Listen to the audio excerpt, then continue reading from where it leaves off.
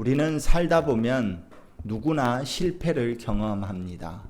그 실패의 경험이 크거나 작거나 할 수는 있을지 모르지만 어느 누구도 실패를 경험하지 않는 자는 없습니다. 다 실패를 해보셨죠? 안 해보신 분들은 참으로 복이 많으신 분인 줄로 알고 그렇게 보겠습니다. 사람은 살다 보면 진짜 실패를 많이 합니다. 그런데 이제 그 실패를 할 때 내가 신앙생활을 제대로 하지 못하고 있다고 느낄 때 실패를 하면 또 내가 신앙생활 잘 못해서 그런가 보다 이렇게 생각할 수 있지만 꼭 신앙생활을 못할 때만 실패를 하는 것은 아닙니다. 그렇죠? 내가 정말 열심히 이제 마음 먹고 진짜 예배 잘 드리고 또 헌금 생활도 잘하고 기도하고 새벽마다 기도하고 이렇게 열심히 신앙생활 잘할 때도 우리는 실패를 경험할 때가 있습니다. 있으십니까? 아까보다는 소리가 줄어든 것이 아마도 제가 느끼기에는 신앙생활 잘해서 실패한 경험이 없으신 것 같습니다. 다 신앙생활 잘 못해서 실패를 경험한 것 같아요. 그러나 신앙생활을 잘했을 때나 또는 못했을 때에도 실패는 누구에게나 찾아옵니다. 그런데 이제 그런 실패가 우리에게 위험한 것은 뭐냐면 이제 신앙생활을 잘 못하다가 실패를 하면 그러면 우리가 신앙생활 잘 해야 되겠구나.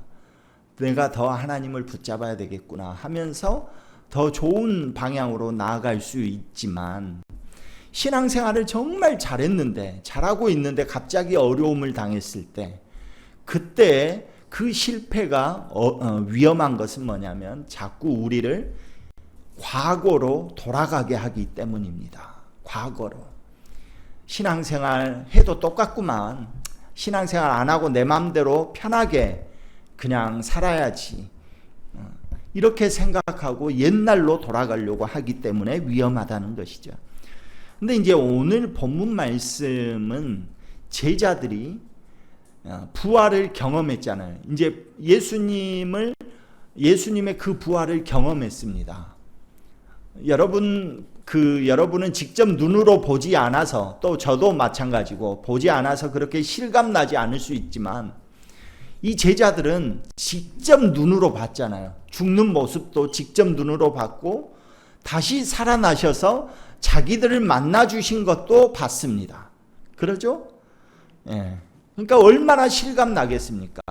우리는 그냥 요즘 영화로 치면 2D로 이렇게 보기만 하는데 이 사람들은 4D로 의자도 움직이면서 막 바람도 나오고 물길도 이렇게 쏟아지고 하는 그런 것처럼 다 보고 느꼈단 말이죠.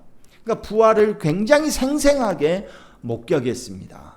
그럼에도 불구하고 제자들은 물고기를 잡던 삶으로 돌아가고 있는 것을 볼 수 있습니다. 왜 그럴까요? 그것은 예수님을 자기들이 부인하고 떠났던 과거가 있습니다. 부인하고 도망쳤던 그 기억이 있습니다. 그러다 보니까 내가 예수님의 제자로서 살 자격이 있나? 라는 죄책감이 그들을 사로잡고 있었을 가능성이 있다는 것입니다. 그러나 바로 그런 자리에 그 자리에 예수님께서 오늘 다시 찾아오셨다는 것입니다. 그런데 이제 오늘 본문을 시작하면서 1절에 보면 이렇게 시작하거든요. 그 후에 예수께서 디베리아 호수에서 또 제자들에게 자기를 나타내셨으니 또 자기를 나타내셨다라고 말합니다. 그래서 오늘 예수님이 제자들을 만난 이 사건은 적어도 첫 번째 만남은 아니다는 거예요. 또 만나셨다고 말씀하셨으니까. 사실 이제 요한복음 안에서만 봐도 부활하신 이후에 제자들을 만난 것은 오늘 본문 내용을 빼고도 2번이나 있거든요. 그런데 또 나타나셨다라고 말씀을 하고 있습니다. 또 나타나셨습니다. 그러니까 이 3번이나 지금 만나주시고 있는데도 불구하고 그들이 서 있는 자리는 죄책감의 자리, 실패 이후, 즉 예수님을 모른다고 하고 부인하고 저주하고 떠났던 그 실패의 자리에 아직도 머물러 있었다는 것이죠. 그리고 이제 오늘 2절 말씀을 보면 제자들의 이름이 나오고 있습니다. 그러죠?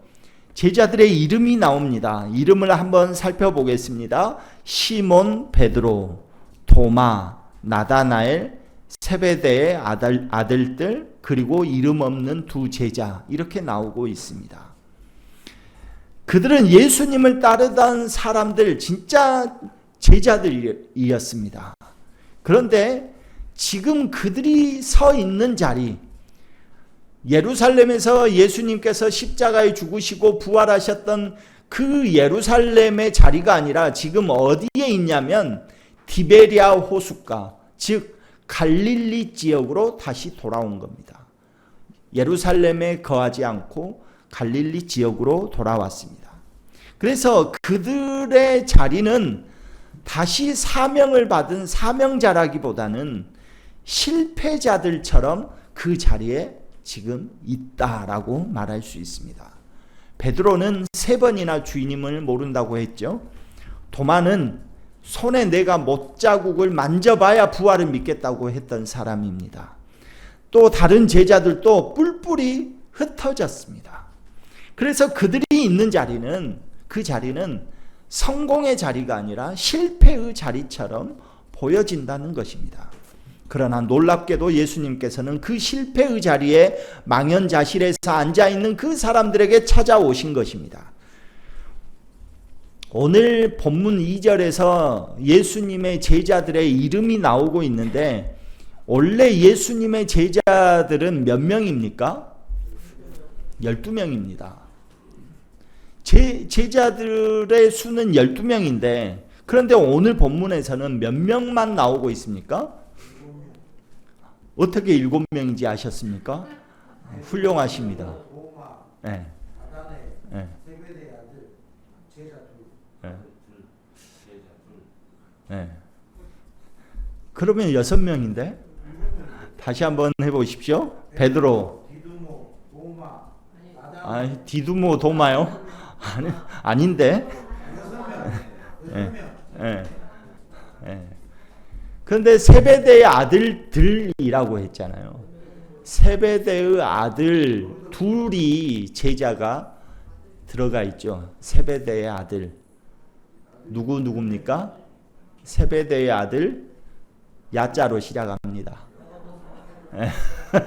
또 한으로 끝납니다.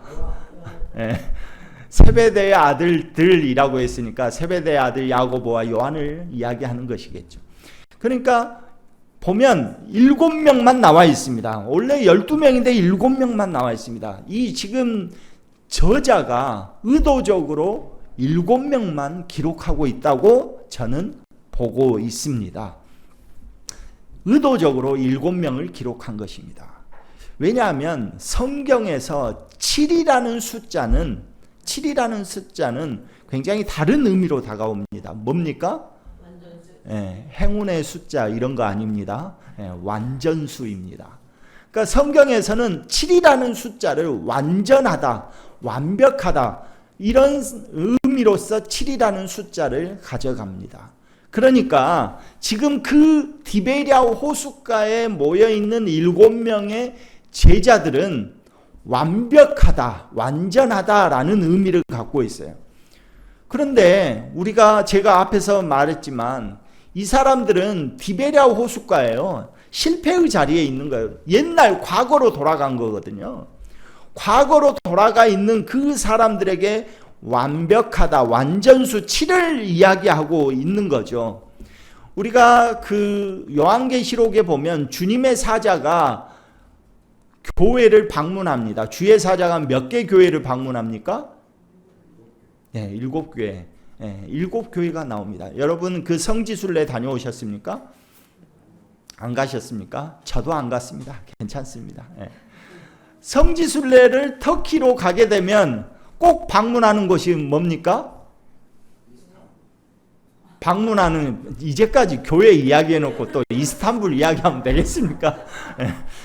일곱 교회, 소아시아의 일곱 교회를 가죠. 터키에. 그 일곱 교회라는 것은 뭐냐면 교회가 완전한, 7이라는 숫자잖아요. 주님의 몸된 교회가 완전하다, 완벽하다라는 의미로 그렇게 되는 거예요. 그러니까 그런데 지금 보면 이 제자들이 있는 곳은 예루살렘이 아니에요. 예수님과 함께 동행하던 그 자리가 아닙니다. 옛날에 자기들이 물고기 잡던 그 과거 디베랴 호숫가, 갈릴리 호숫가예요. 그런데 완전하다고 말을 하죠. 완전한 공동체다. 그렇게 말을 합니다. 뭐겠습니까? 그 의미가? 우리의 상황과 우리의 형편, 그거 다 안다는 거예요. 예수님께서는 다 알지만 그럼에도 불구하고 주님께서는 그들을 완전한 공동체로, 완전한 제자로 다시 부르신다는 겁니다. 다시 부르십니다. 우리의 상황과 형편이 어려울 수 있죠. 실패의 자리에 있을 수도 있고 성공의 자리에 있을 수도 있죠. 그러나 주님은 그것 따지지 않는다는 거예요. 다시 우리가 어디에 있든지 우리를 찾아오셔서 우리를 사명자로 부르신다는 의미가 있는 것입니다. 주님은 절대로 우리가 실패자라고 해서 포기하지 않는다는 겁니다. 다시 우리를 부르시기 위해서 찾아오시는 것이죠. 예루살렘에서 예수님의 부활과 복음을 전하는 제자로 그 사명을 계속 감당했으면 참 좋았겠지만 지금 그들은 물고기 잡던 시대, 예전에 물고기 잡았던 그 직업으로 내려와 있는 것이죠. 그러나 그 상황 속에서도 주님은 다시 그들을 부르십니다. 다시 오셔서 그들을 부르십니다. 그들이 다시 이제 내가 그 예전에 어부 직업으로서 살다가 내가 깨닫고 이렇게 살아서는 안 되지. 이제 내가 다시 사명자로 살아야 되겠다. 다시 깨닫고 뭔가 준비되어 있어서 예수님께서 찾아오신 것 아닙니다. 그들은 깨닫지도 못했어요. 지금 예수님이 옆에 와갖고 물고기를, 그 그물을 오른편에 던져라 했을 때에도 예수님인지 몰랐어요. 그들은 준비되지 않았습니다. 그런데도 불구하고 우리의 상황과 우리의 형편이 어디에 있든지라도 하나님께서는 실패자라 하더라도 그들을 부르시고 있다는 거예요. 우리가 준비되어서가 아닙니다. 주님, 내가 이번에 돈 많이 벌면 진짜로 내가 신앙생활 잘하겠습니다. 아니요. 그거 원하지 않습니다. 내가 지금 어디에 있든지 어느 자리에 있든지 주님은 찾아오셔서 다시 부르시고 있는 것입니다. 하지만 오늘 본문은 또 우리에게 이렇게도 이야기합니다. 제자들의 이름이 기록되어져 있고 또 제자들의 그 이름을 기록하지 않았어도 누구라는 것을 유추할 수 있는 그런 단어가 나오죠. 그런데 제자들이 누구인지도 모르겠는 사람 2명이 나옵니다. 그러죠. 다른 제자 둘 이렇게 말하거든요. 다른 제자 둘. 여러분 성경에서 숫자 2라는 게 뭔지 아십니까? 7은 다 아시죠? 7은 아까 말했듯이 완전수. 성경에서 숫자 2는 증인의 수입니다. 증거의 수, 증인의 수. 그러니까 너희 그 구약 성경 율법에 보면 너희가 증인을 2-3사람을 증인으로 세워라 이렇게 말을 하거든요. 숫자 2는 증인의 수예요. 증거의 수예요. 즉 이 오늘 우리에게 말씀하시는 건 뭐예요? 이 부활의 증인이 되라는 거 아닙니까? 부활의 증인으로서 너희들도 이 자리에 있는 거다라는 거예요. 제자들만 이야기하는 거 아닙니다. 부활의 증인으로서 여러분과 제가 이 자리에 함께 있는 거예요. 그래서 우리들도 증인으로서의 삶을 살아야 된다. 이렇게 말씀하고 있는 것이죠. 오늘 본문을 통해서 우리에게 실패한 그 자리에서 다시 시작하라 라고 말씀하십니다. 사랑하는 우리 유한의 성도 여러분, 혹시 지금 우리의 삶이 내가 살아가고 있는 이 삶이 너무 퍽퍽하고 디베랴 호숫가에서 옛날 고기를 잡던 시대로 지금 좌절해 있는 이 제자들처럼 실패했다고 해서 좌절하고 넘어져 있는 분들이 혹시나 계십니까? 과거로 돌아가고 싶은 마음이 있으십니까? 아니면 사역을 포기하고 싶은 유혹이 있거나 또는 자신의 연약함 때문에 그 연약함에 대해서 자책하고 죄책감을 가지고 회의하고 회의감 속에 살아가고 있는 분이 계십니까? 그렇다면 오늘 말씀을 기억하십시오. 주님께서는 지금도 우리를 부르시고 있는 것입니다. 내가 너를 포기하지 않는다 하시는 것입니다. 하나님의 부르심은 우리의 성공 여부에 달려있지 않습니다. 내가 성공해서 정말 큰 힘 있는 사람이 되면 참 하나님이 영광 받으시겠지? 아닙니다. 여러분 그 자체로 주님 앞에 나오는 것, 그것을 주님은 더 크게 영광 받으시는 것이죠. 디베랴 호수, 이 디베랴 호수는 실패의 장소였지만 예수님께서 디베랴 호수에 찾아오시니까 그 디베랴 호수가 무슨 장소로 변합니까? 회복의 장소로 변하죠. 회복의 장소로. 특별히 베드로에게 내가 나를 사랑하느냐? 내가 나를 사랑하느냐? 내가 나를 사랑하느냐? 라고 계속해서 물어보시면서 그를 다시 회복시키시는 것이죠. 그러니까 우리가 실패의 장소라고 여겨지는 우리의 삶, 그 현장에 앉아있다 할지라도 주님이 그 현장에 찾아오시면 실패의 장소가 아니라 무슨 장소가 되는 것입니까? 네, 회복의 장소. 여러분이 지금 실패하여 있는 그 장소라 할지라도 주님이 그 장소에 찾아오셔서 내가 너를 사랑한다 말씀하시면 바로 그곳이 회복의 장소, 그 회복의 장소 또는 사명의 장소가 되는 것입니다. 우리 삶 속에서 만나는 그 실패의 장소 디베랴에도 우리 주님께서 찾아오시기를 간절히 소망합니다.